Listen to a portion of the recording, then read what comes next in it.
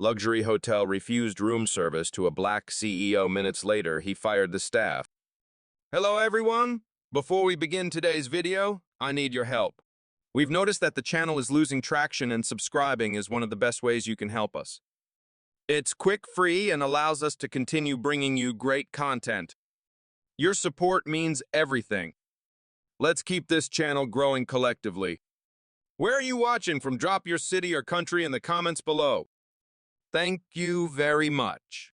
Now let's get back to the story. That's right. Get him out. The words cracked across the marble lobby like a gavel. It was 9:12 p.m. inside the Grand Meridian Hotel, one of the most expensive properties in the city. Crystal chandeliers hung from a ceiling so high it seemed designed to remind guests of their place in the world. The air smelled faintly of polished wood and expensive perfume. And right in the middle of that polished luxury, two uniformed police officers were holding a black man by the arms. He wasn't resisting. He wasn't shouting. He simply stood there in a black leather jacket, dark jeans, and a plain t-shirt, the kind of outfit that looked perfectly normal on the street, but apparently completely unacceptable in a lobby where the cheapest room cost more than most people's monthly rent. Behind the front desk, a blonde woman in a Navy manager's blazer crossed her arms with visible satisfaction. Her name was Rebecca Langford, the evening operations manager, and she had just decided this man did not belong here. That's right, she repeated louder, gesturing toward the exit with a sharp flick of her wrist. Get him out of my hotel. A murmur rippled through the lobby. Guests had stopped mid-conversation. A man near the concierge desk slowly lifted his phone and started recording. Another guest whispered to his wife, "What's going on?" But Rebecca didn't care about the attention. In her mind, the situation was already obvious. A man dressed like that claiming to stay in the penthouse suite, please. She had been working luxury hospitality for 15 years. She knew exactly what wealthy guests looked like. And this man looked like a mistake. One of the officers tightened his grip slightly. Sir, he said, trying to keep his voice professional, we're going to need you to leave the premises. Still, the man didn't struggle. Instead, he slowly turned his head toward the manager behind the desk. His expression wasn't angry. It wasn't nervous either. If anything, it looked almost disappointed, like someone watching a bad decision unfold in slow motion. The officer on his left frowned slightly. Most people in this situation argued. Most people panicked. This man did neither. He simply glanced around the room, at the guests watching, at the phones being raised, at the manager standing confidently behind her polished marble counter. Then he spoke. His voice was calm, controlled, and loud enough for half the lobby to hear. You have 20 minutes. For a second, no one reacted. Then Rebecca laughed. A sharp, dismissive sound. Oh, really? She said, leaning forward on the desk. 20 minutes for what the man looked directly at her. You'll find out. The officer beside him sighed. Sir, threats aren't going to help your situation. It's not a threat, the man replied quietly. It's a courtesy. Another guest lifted his phone higher, zooming in. Rebecca rolled her eyes dramatically. Listen, she said, waving her hand toward the glass doors. You're clearly not a guest here, and you've already caused enough disruption tonight. Her tone hardened. So, here's what's going to happen. She pointed toward the exit again. You're going to walk out those doors, or these officers will escort you out. The lobby had gone completely silent now. Even the pianist in the lounge had stopped playing. The man in the leather jacket took a slow breath. Then he looked up at the giant gold clock mounted on the far wall of the lobby. 9:13 p.m. He nodded once, almost to himself. Then he looked back at Rebecca. Actually, he said calmly, make that 19 minutes. Several guests exchanged confused glances. Rebecca scoffed. Unbelievable. She gestured impatiently toward the police. Officers, please. One of them began guiding the man toward the door. But as they moved, a woman near the concierge desk suddenly whispered to her friend. Wait, her phone screen glowed brightly in the dim lobby light. I think I've seen that guy before. The friend leaned closer, where the woman stared at the screen, then slowly looked back up at the man being escorted toward the exit. Her eyes widened. Hold on, and for the first time that night, someone in the lobby started to realize something was very, very wrong. For a moment, the lobby of the Grand Meridian Hotel felt like a paused movie. No one spoke. No one moved. The only sound was the quiet squeak of polished shoes against marble as the two security officers slowly guided the man toward the front entrance. Yet even as they held his arms, something about him felt wrong. Not wrong in the way Rebecca Langford believed. Wrong in the way a situation feels when everyone in the room realizes they might have misunderstood something important. The man didn't look scared. He didn't look angry either. He looked patient, like someone who had seen this kind of moment before. His name was Adrian Cole, 42 years old, 6 feet tall, broad-shouldered, calm in a way that made people uneasy without understanding why. He wore a black leather jacket over a plain dark t-shirt, faded jeans, and simple sneakers. No designer logos. No watch that screamed wealth. No assistant hovering nearby. To most people in the lobby, Adrian looked like someone who had wandered into the wrong building. That was the problem. Luxury hotels trained their staff to read people within seconds. Clothes, body language, confidence. Rebecca Langford had spent years believing she had mastered that skill. And tonight, she was absolutely certain of one thing. A man dressed like that did not belong in the penthouse suite. From behind the front desk, Rebecca shook her head with visible annoyance. I can't believe we're wasting time on this, she muttered to the concierge beside her. The young concierge hesitated slightly. Ma'am, what if he actually? Rebecca cut him off immediately. He's not. She gestured toward the elevators. Guests staying in the penthouse arrive in private cars. They don't walk downstairs looking like they came from a bar. A few guests nearby chuckled quietly. The assumption seemed obvious to them too. Meanwhile, Adrian allowed himself to be guided a few steps closer to the entrance. The massive glass doors of the hotel reflected the scene back at him. Security. Guests watching. Phones recording. And Rebecca Langford standing behind her desk like a judge who had already delivered the verdict. Adrian glanced again at the gold clock on the wall. 9:14 p.m. 18 minutes left. One of the security officers leaned slightly closer. Look, he said quietly, lowering his voice so the crowd couldn't hear. You seem like a reasonable guy. Let's just step outside and sort this out. Adrian turned his head toward him. For the first time, a faint smile appeared on his face. I'm perfectly reasonable, he said. The officer nodded. Then help me understand something. He gestured subtly toward the lobby. If you really are staying in the penthouse, why didn't you just show the manager your room key? Adrian's smile faded. I tried. The officer frowned. What do you mean I called room service?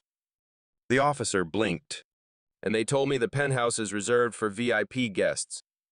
A short silence passed. The officer frowned again.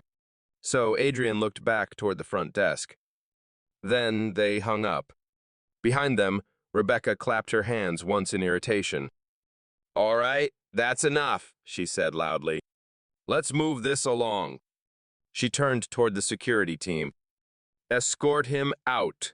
But just as the officers began guiding Adrian again, something unexpected happened behind the concierge desk. The young receptionist who had spoken earlier leaned toward her computer screen. Her eyes narrowed. She typed something quickly. Then her posture stiffened. She leaned closer to the screen and whispered under her breath. That's weird. She quickly searched again. Then again. Then the name on the reservation list didn't change. Penthouse Suite. Reserved. Under one name. Her eyes slowly lifted from the monitor toward the man being escorted toward the door. And for the first time that night, someone behind the desk began to realize Rebecca Langford might have just made a catastrophic mistake. 30 minutes earlier, the lobby of the Grand Meridian had been calm, quiet, predictable. The kind of calm luxury hotels carefully manufacture soft piano music floating through the air glasses, clinking gently in the bar lounge, guests speaking in polite, low voices, as if the building itself demanded discretion. Up on the top floor, inside the penthouse suite, Adrian Cole stood near the floor-to-ceiling windows overlooking the city skyline. The room was enormous. Marble bathroom, private dining area, a balcony large enough for a small party, the kind of suite that cost more for one night than most people earned in a month. But Adrian wasn't admiring the view. He was hungry. After a long flight and a late meeting across town, he had checked into the hotel quietly without fanfare and gone straight upstairs. No assistant. No security. No announcement. Just a guest checking into his room. He picked up the phone on the dining table and dialed room service. The line rang twice. Then a voice answered. Room service, how may I assist you tonight? Adrian spoke calmly. Yes, sis. I'd like to order dinner. Of course, sir. May I have your room number penthouse suite? There was a short pause. Not long. Just long enough to feel strange. Sir, could you repeat that the penthouse suite? Another pause. This one longer. Adrian could almost hear the employee covering the phone and whispering to someone nearby. Then the voice returned, but it sounded different now. Colder. More skeptical. Sir, the penthouse is reserved for VIP guests. Adrian stared out at the city lights. Yes, he said calmly. I'm aware. Another pause. Then a quiet laugh. Not loud, but loud enough. Sir, you're calling from the lobby phone. This isn't funny. Adrian blinked slowly. I'm not in the lobby. Then where are you in the penthouse? The voice on the other end sighed. Look, sir, whoever you are, this line is for hotel guests only. Adrian remained perfectly still. I am a hotel guest. Another quiet laugh came through the receiver. Sure you are. Adrian glanced around the enormous suite again. At the marble countertops, the gold-trimmed dining chairs, the welcome bottle of champagne chilling in a silver bucket. Check the system, he said. The employee didn't. Instead, the voice hardened. The penthouse reservation is under a private client account. That's correct. Then, give me the name. Adrian paused.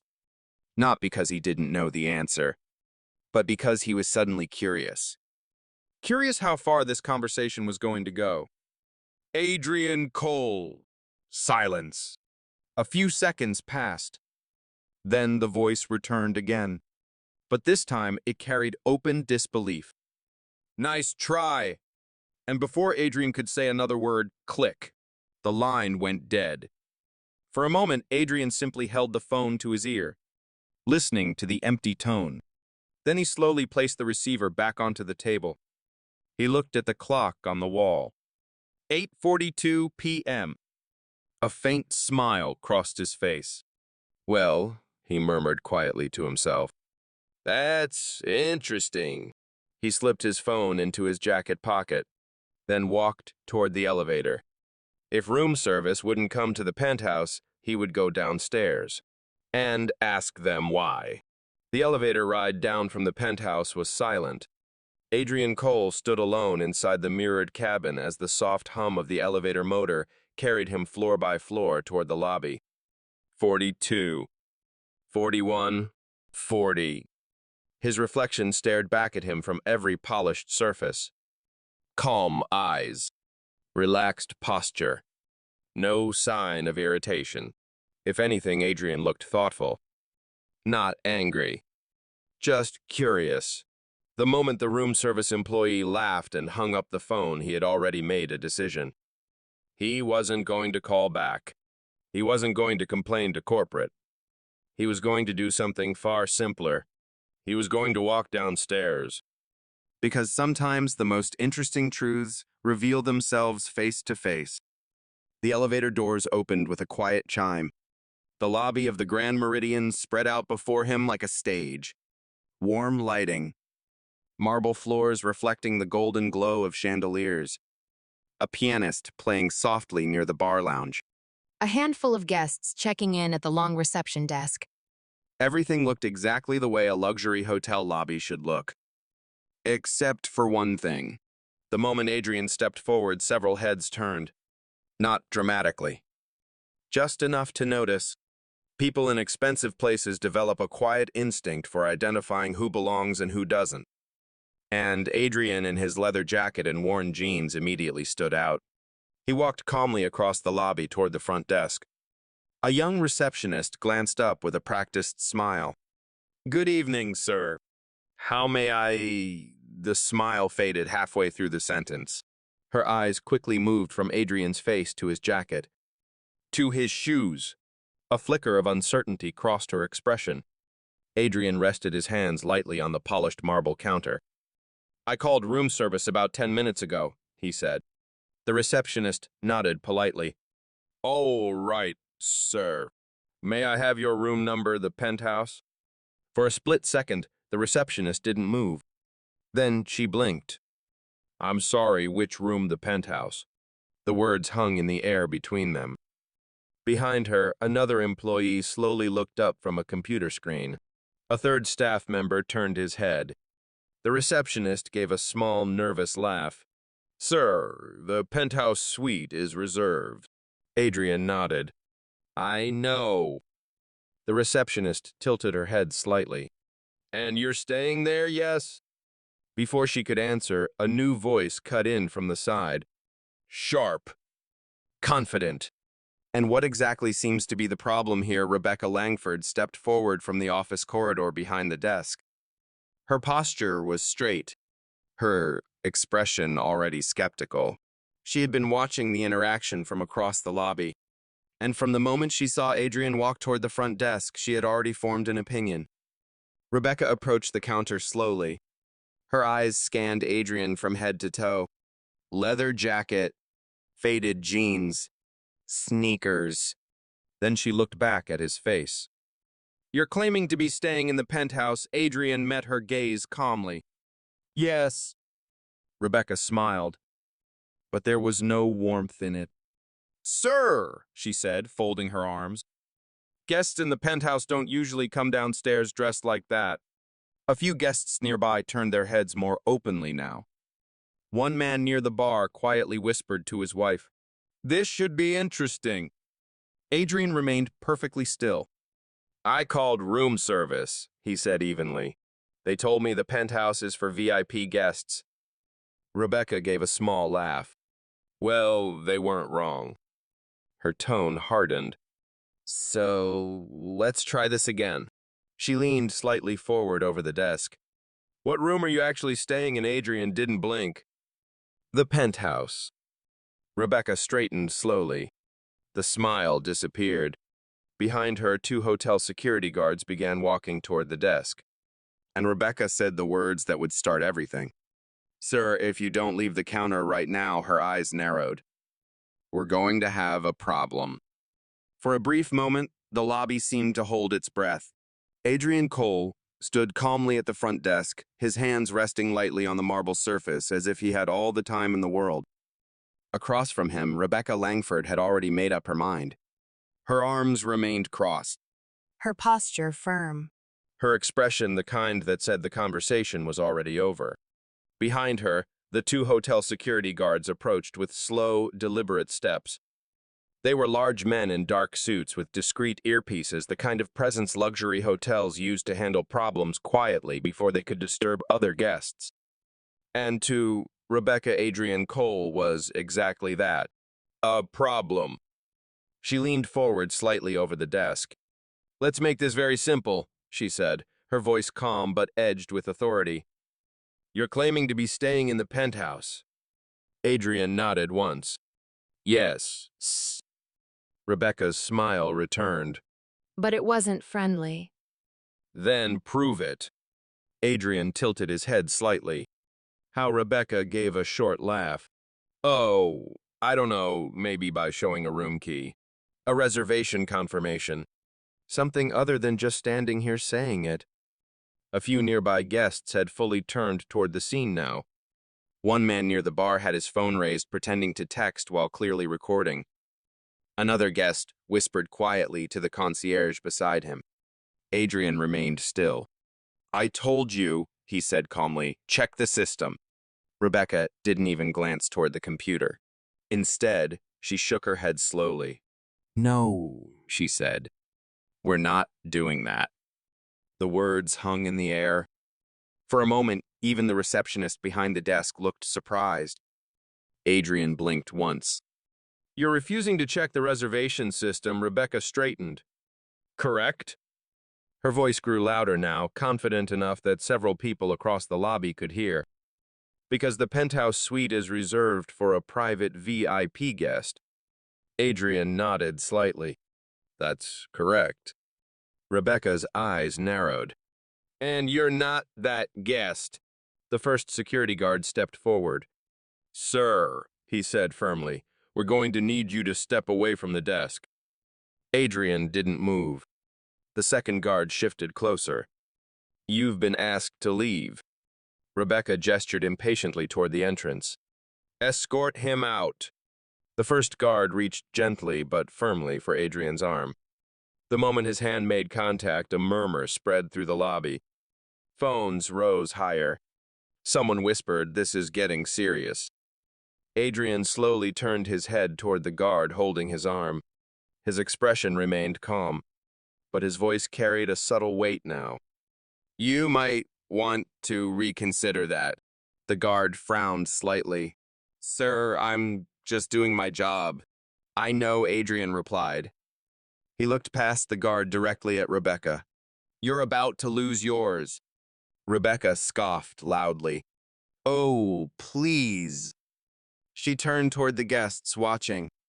Ladies and gentlemen, I apologize for the disruption. We're simply removing someone who a quiet voice suddenly interrupted from behind the desk.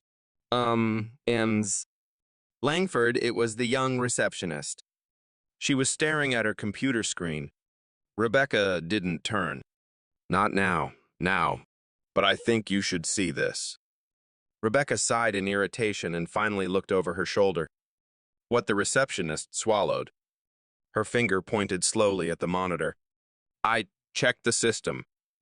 Rebecca's irritation deepened. I told you not to waste time on that. The receptionist hesitated, then spoke the words that would change everything. The penthouse reservation, her voice lowered, is under the name Adrian Cole. The lobby went silent. Rebecca turned slowly back toward the man standing in front of her. For the first time that night, her confidence cracked. For the first time that night, Rebecca Langford didn't have an answer. The words from the young receptionist seemed to hang in the air like something fragile. The penthouse reservation is under the name Adrian Cole. The lobby went quiet in a way that luxury spaces rarely do. Even the pianist in the lounge area slowed his playing, uncertain whether to continue.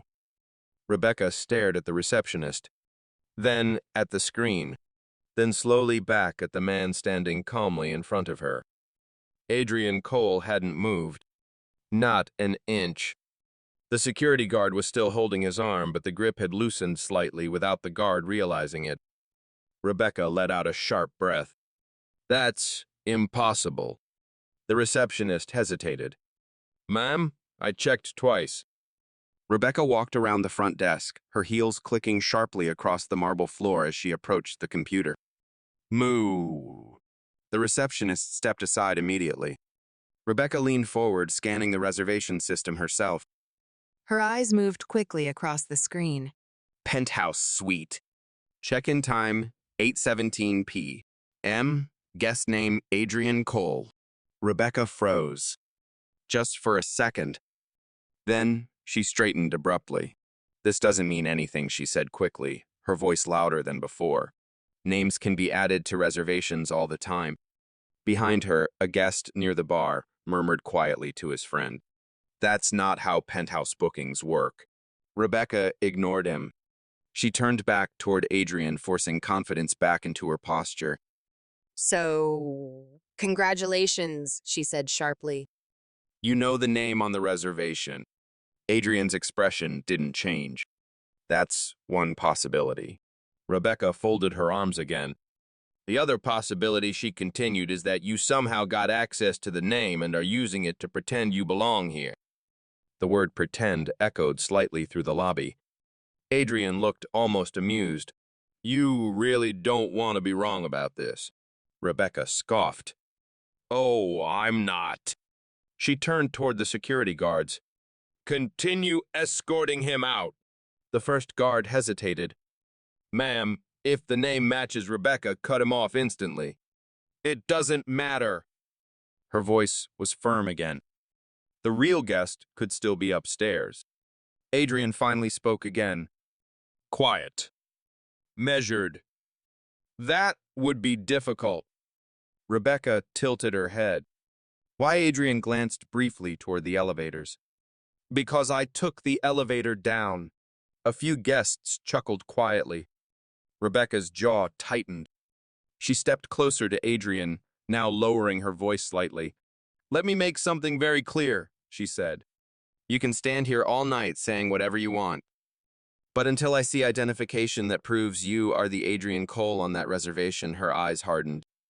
"You are not staying in this hotel." The guard beside Adrian shifted uncomfortably. The situation was starting to feel different now. Less certain. Across the lobby, more phones had appeared. Someone whispered, "This is going to blow up online." Adrian slowly glanced up at the large gold clock on the wall. 9:16 p.m. 17 minutes left. He looked back at Rebecca. Then, for the first time since entering the lobby, he reached into his jacket pocket. Rebecca watched closely. "Good," she said. Finally, Adrian pulled out his phone. Not a wallet. Not an ID. Just his phone. Rebecca frowned. "You're calling someone?" Adrian unlocked the screen calmly. "Yes." Who? Adrian looked directly into her eyes. "My assistant." Rebecca laughed again. "Oh, this should be good." Adrian placed the phone to his ear. The line rang once. Then, a woman's voice answered immediately. "Good evening, Mr. Cole." Adrian spoke quietly. "Activate the hotel audit."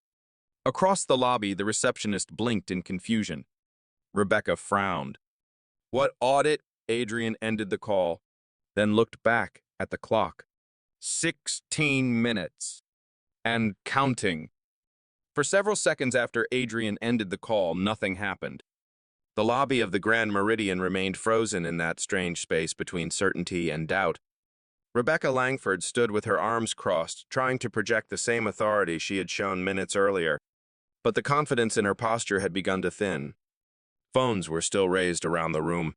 Someone near the bar whispered, "Did he just say audit another guest?" Quietly replied, "Yeah, that didn't sound like a bluff." Rebecca rolled her eyes dramatically. "Oh, please," she said loudly enough for the nearby crowd to hear. "He's calling his assistant like that's supposed to scare someone." She looked directly at Adrian. "You think making a phone call changes anything?" Adrian didn't respond. Instead, he looked past her toward the front desk. The young receptionist was still staring at the reservation screen, as if the name displayed there had suddenly become dangerous. "Penthouse Suite C," guessed Adrian Cole. Her fingers hovered over the keyboard, unsure whether to keep digging or pretend she hadn't seen it. Rebecca noticed her hesitation. "Close that screen," she snapped. The receptionist flinched slightly but didn't move. "Ma'am, something else just popped up." Rebecca turned sharply. "What now?" The receptionist slowly rotated the monitor so Rebecca could see. A notification window had appeared on the system. "Corporate Oversight Access Request." Rebecca frowned. "What is that? I've never seen it before," the receptionist admitted. Before Rebecca could respond, another notification appeared. Then another. System messages began sliding across the screen, one after another. Corporate compliance login detected. Internal audit protocol activated. Security review initiated. The receptionist's eyes widened. Mom Rebecca leaned closer to the monitor. Who's accessing our system? The receptionist swallowed. It says corporate headquarters. A murmur spread through the lobby. One of the security guards slowly released Adrian's arm. Hold on, he muttered under his breath. Across the desk, Rebecca turned slowly back toward Adrian.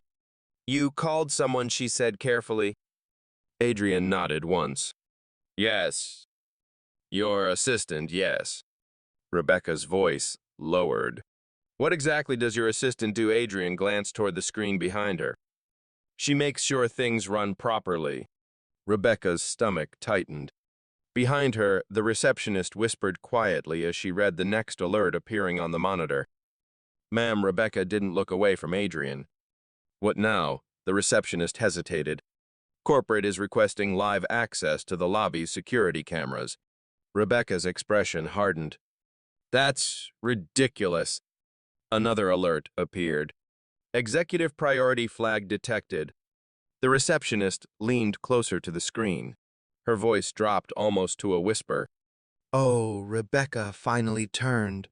What the receptionist slowly looked back at Adrian. Then at Rebecca. Then back at the screen again. Her voice trembled slightly as she read the final line. Executive Authority Level Cole. The lobby fell silent again. And this time, Rebecca Langford was the one starting to realize she might be in serious trouble. The silence in the lobby was no longer confusion. Now it felt like tension. Heavy. Uncomfortable. The kind of silence that settles over a room when people realize a situation is no longer what they thought it was. Rebecca Langford stared at the computer screen as if it might suddenly change its mind. But the message remained. Executive Authority Level Cole. Behind her, the receptionist slowly leaned back from the monitor.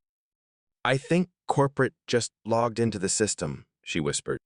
Rebecca shook her head immediately. No. Her voice came out sharper than she intended. That doesn't make any sense. Across the lobby, several guests were now openly watching. Phones were still recording. One man quietly typed something into his phone. Then his eyes widened. He leaned closer to the screen.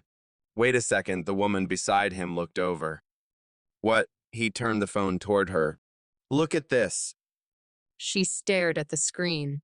Then back at Adrian. Then back at the screen again. Oh my God, the man spoke a little louder this time. Hey, isn't that him? The words drifted across the room like a ripple. Someone else nearby pulled out their phone. A quick search. Another gasp. No way within seconds several guests were doing the same thing. Typing. Scrolling. Looking up again. Each time their eyes landed on Adrian Cole, the expressions on their faces changed. Rebecca noticed. Her jaw tightened. What are you all looking at? She demanded. No one answered her. One of the guests near the bar slowly spoke instead. You might want to Google the name. Rebecca frowned. I already know the name. But the man shook his head. No, you don't. Behind the desk, the receptionist hesitated. Then almost cautiously, she opened a browser window. Her fingers typed slowly. Adrian Cole. The search results appeared instantly. For a moment, she simply stared. Then she whispered the words out loud without meaning to. CEO Cole Global Hospitality. Rebecca turned sharply, but the receptionist's voice trembled slightly now. Mom Cole Global Hospitality owns. She stopped. Her eyes moved slowly around the lobby. The chandeliers, the marble floor, the gold emblem behind the reception desk. Then she finished the sentence. This hotel. The words seemed to hit the room like a dropped glass. A guest near the elevators let out a quiet whistle. One of the security guards stepped backward. Another guest lowered his phone and shook his head in disbelief. Rebecca looked back at Adrian. For the first time since he had walked into the lobby, she really looked at him. The calm posture, the complete lack of panic, the quiet patience. Adrian met her eyes. Not angry, not smiling, just steady. Rebecca's voice came out tight. "You're saying she struggled to finish the thought?" Adrian spoke before she could. "You refused room service." He paused, then added quietly, "In a hotel my company owns." The lobby went completely silent, and somewhere behind the desk, Rebecca Langford felt the ground beneath her confidence begin to collapse. For several long seconds, no one in the lobby spoke. The air inside the Grand Meridian felt heavier now, as if the chandeliers themselves had lowered a little closer to the marble floor. Rebecca Langford stood frozen. Her eyes remained locked on Adrian Cole, but the certainty that had carried her through the last 15 minutes was gone. Completely gone. Around the room, guests who had been quietly watching the confrontation began whispering openly. "Did she just say he owns the hotel? I think so. That's the CEO. I've seen him on Bloomberg." Phones rose higher. What had started as curiosity had quickly turned into something else. Documentation. Adrian, however, looked exactly the same as he had since the beginning. Calm, unmoved, almost patient, as if this moment had always been inevitable. Behind the front desk, the receptionist suddenly gasped softly. Another alert had appeared on the system. Ma'am, Rebecca didn't answer. Her eyes were still fixed on Adrian. The receptionist spoke again, louder this time. "Ma'am, corporate is sending instructions." Rebecca turned slowly. "What instructions?" The receptionist read directly from the screen. "Immediate compliance review initiated." Another message appeared. "Lobby security access revoked." One of the security guards blinked. Wait, what he reached instinctively for the small scanner clipped to his belt and swiped his access badge against it. Instead of the usual green light, the scanner flashed red. The guard frowned. "That's weird." The second guard tried his badge. Another red light. Across the desk, the receptionist stared at the screen as more messages appeared. Employee conduct investigation, Rebecca Langford. Rebecca's stomach tightened. What is that supposed to mean? The receptionist didn't answer. She was too busy reading the next alert. Her voice dropped slightly. "Corporate HR has joined the review." A guest near the bar laughed quietly. "Oh, this is bad." Rebecca snapped her head toward him. "This is a misunderstanding," she said sharply. "No one is losing their job over this." Adrian finally spoke again. "Quiet. Measured. That depends." Rebecca turned back toward him. "Depends on what?" Adrian glanced briefly toward the security guards whose badges had just stopped working. Then back at Rebecca. "On how long you continue pretending this was an accident." The words landed harder than shouting ever could. Behind the desk, the receptionist swallowed. Another message appeared on the monitor. Her eyes widened. "Mom," Rebecca exhaled sharply. "What now?" The receptionist hesitated, then read the line slowly. "Corporate is requesting that all staff involved remain in the lobby for immediate review." The room grew even quieter. Rebecca's voice came out tight. "This is ridiculous." Adrian looked at the clock again. 9:22 p.m. 8 minutes left. Then he looked back at Rebecca. "You might want to stay exactly where you are," he said calmly. "Corporate is about to arrive." Rebecca Langford opened her mouth to respond. But before she could say a single word, her phone rang. The sound cut through the silent lobby like a blade. Rebecca frowned and glanced down at the screen. The caller ID made her stomach drop. "Corporate headquarters." For a moment, she didn't answer. Every instinct in her body told her not to. But the phone kept ringing. Around her, the entire lobby was watching. Recording. Waiting. Rebecca forced a breath into her lungs and answered the call. Yes, her voice was tight. Professional. Trying to hold on to authority that was slipping through her fingers. A calm voice answered on the other end. Rebecca Langford. Not a question. A statement. Yes, she replied. This is she. There was a short pause. Then the voice spoke again. This is Daniel Mercer from Corporate Compliance. Rebecca's grip tightened around the phone. Daniel Mercer wasn't someone hotel managers normally spoke to. He was part of the Executive Oversight Division, the people who only appeared when something had gone very, very wrong. We are currently reviewing the live security feed from your lobby, Daniel continued calmly. Rebecca's eyes flicked toward the ceiling cameras. Good, she said quickly. Then you can see exactly what's happening here. This man is impersonating a stop.